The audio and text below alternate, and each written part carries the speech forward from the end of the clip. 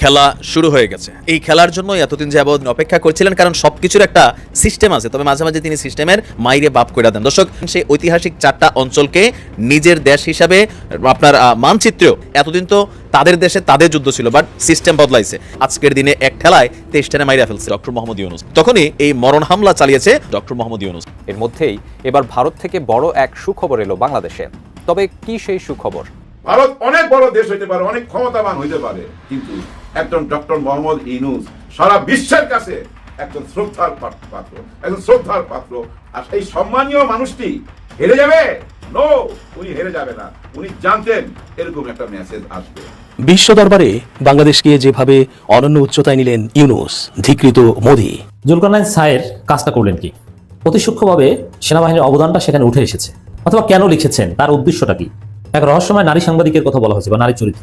এই মাদারসান আলমগীর, এই শুয়োরের বাচ্চা বাংলাদেশের জনজীবনে কোন জায়গায় কার কি কাজে লাগছে? সে এখন রাজাকারের লিস্ট নিয়ে কথা বলে, যেখানে 54 বছরে সে দুনিয়ায় একটা পাকা বালকে সোজা করতে পারে নাই। এই শুয়োরের বাচ্চার এখন মুজিব প্রেম লাভ দিয়ে উঠছে, উনার একার কথায় স্বাধীন হয়েছে। আমি যদি আপনার একটা কথা বলি, আগামী জুনের মধ্যে বিএনপির যে দাবি যে না, জাতীয় সংসদ নির্বাচনের আগে কিছুতে স্থানীয় সরকার নির্বাচন মানবে না, কিন্তু না, জাতীয় সংসদের নির্বাচনের আগেই আগামী জুনের মধ্যেই স্থানীয় সরকার নির্বাচন হতে পারে। বাংলাদেশে $29 মিলিয়ন কারা পেয়েছে? বাংলাদেশে 29 মিলিয়ন আর ভারতে 21 মিলিয়ন, এটা কারা পেয়েছে? আসসালামু আলাইকুম প্রিয় দর্শক, বর্তমান সময়ে বাংলাদেশের রাজনৈতিক প্রেক্ষাপট বা রাজনৈতিক পরিস্থিতির উপর বিশ্লেষণ করে আপনাদের সামনে কিছু গুরুত্বপূর্ণ টপিকস নিয়ে হাজির হয়েছি। এমনকি আমি আশা করছি ভিডিওর শুরুটা দেখেই বুঝতে পেরেছেন আজকের নিউজটি কতটা গুরুত্বপূর্ণ।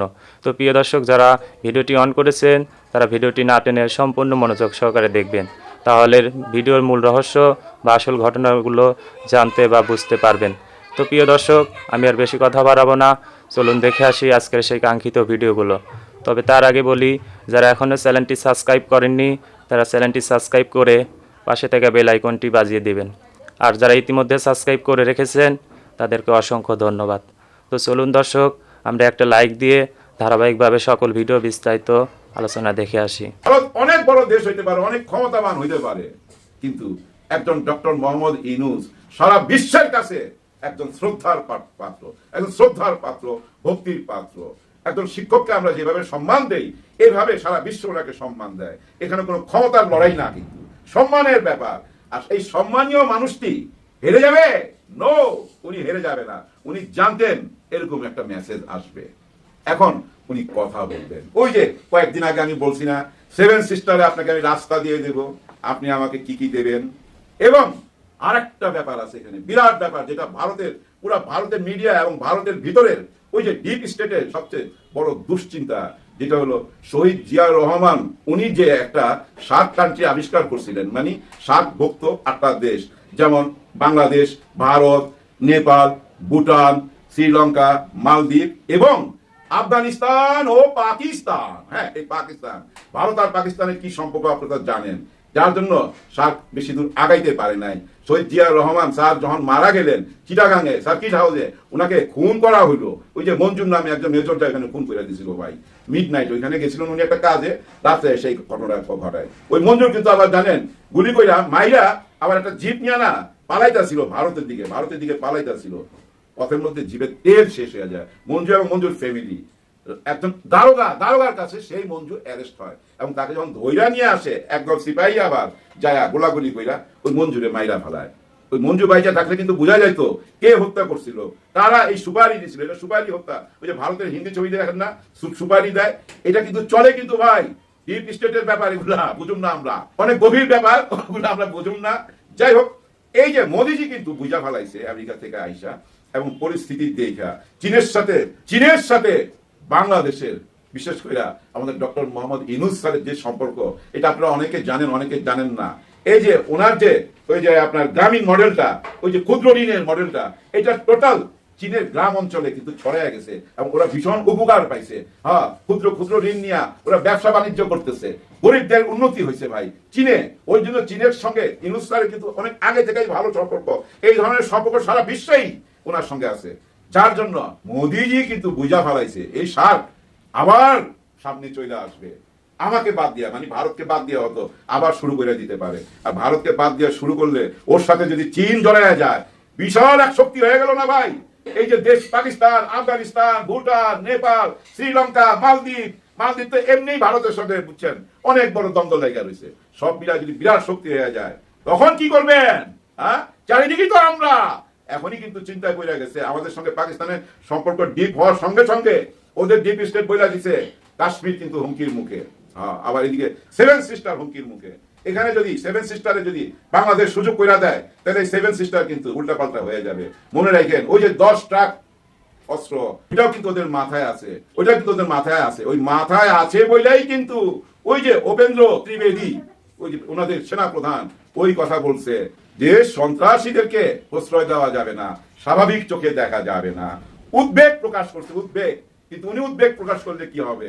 মোদিজি তো বুঝা ফেলাইছে এই এপ্রিলের মধ্যে দেখবেন ভারতের সাথে বাংলাদেশের সম্পর্কটা নতুন একটা ইউটার্ন নিবে, নতুন ইউটার্ন নিবে ভাই। মোদিজি হাত বাড়ায় দিছে, উনি বুঝা ফেলাইছে যে এই ইউনূস স্যারের সাথে তিরিং বিরিং কইরা আমি ভালো থাকতে পারবো না। উনি এটা বুঝা ফেলাইছে। খুব কিছুদিনের মধ্যে এটাও বুঝা ফেলাইবে যে হাসিনাকে আমি প্রশ্রয় দিয়া ভুল করছি। আশ্রয় দিয়েছিলাম ঠিক আছে, এটা একটা মানবিক দিক, কিন্তু এত বেশি প্রশ্রয় দিলাম কেন?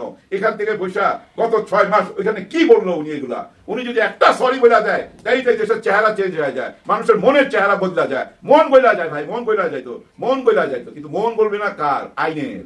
আইন অন্ধ, আইন কিন্তু তার নিজের গতিতেই চলবে, যেহেতু জাতিসংঘ এখানে জড়িত। ওইটা নিয়ে বেশি চিন্তা করতে হবে না। তবে একটাই কথা বলার আছে, শহীদের পরিবাররা অপেক্ষায়, আমাদের কিচ্ছু যায় আসে না, আমরা কিচ্ছু হারাই নাই, শুধু গলাবাজি করতেছি।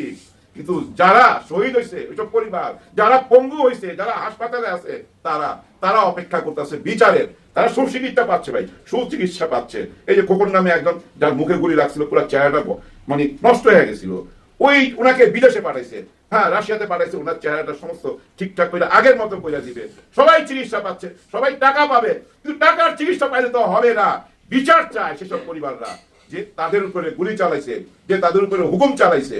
সবাই বিচার চায়, সবাই বিচার চায়, বিচার দেখতে চায়। 7 মাস হয়ে গেছে ভাই, এত লম্বা প্রসেস, মানুষের বিশ্বাস হারায় যাইতেছে। একটা বিচার তত্ত্বতে দেখান, একটা বিচার দেখান, একটা বিচার দেখার অপেক্ষায়। আর এপ্রিল মাসে যখন মোদিজির সঙ্গে আমাদের স্যার বসবেন ডক্টর মোহাম্মদ ইউনূস, তখন আপনারা পাবেন গরম গরম নিউজ। উনি কোন রকম আপোষ করবেন না। গত 15-16 বছর যা নিয়ে গেছে তা ফেরত আনবেন উনি। সমস্ত কিছু সমান সমান ভাগ হবে। ছোট দেশ বড় দেশ বলতে কোনো কথা নাই। বাংলাদেশ একটা বিশাল দেশ, কারণ বাংলাদেশ ছাড়া অনেক দেশ চলতে পারে না।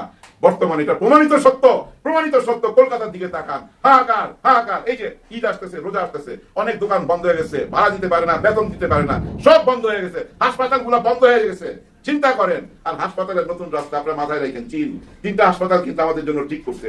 ওইখানে যাবেন, চিকিৎসায় ডিসকাউন্ট আছে, ভুলো ভারতে যাবেন না। আমি মহিলা গেলে তো ভারতে যাবো না চিকিৎসার জন্য, না যাবো না, উত্তেজিত। কারণ ওরা আমাদের দেশ নিয়ে কেন এত মাথা ঘামায়, কেন এত মাথা ঘামাবে? আমরা একটা স্বাধীন দেশ, আমরা যেভাবে ইচ্ছা ভাবে চলবো, এটা আমাদের ব্যাপার। আমরা কার সাথে বন্ধুত্ব করবো, কার সাথে করবো না, এটা আমাদের ব্যাপার। বাংলাদেশে 29 মিলিয়ন ডলার কারা পেয়েছে? গুরুত্বপূর্ণ একটা প্রশ্ন। একই প্রশ্ন বাংলাদেশে যে সেখানে আমেরিকার 21 মিলিয়ন ডলার কারা পেয়েছে? এ নিয়ে রীতিমতো তোলপাড় ভারতের রাজনীতি যে 21 মিলিয়ন ডলার কে পেয়েছে। সরকার বলছে আমরা পাইনি, তাহলে কে পেয়েছে?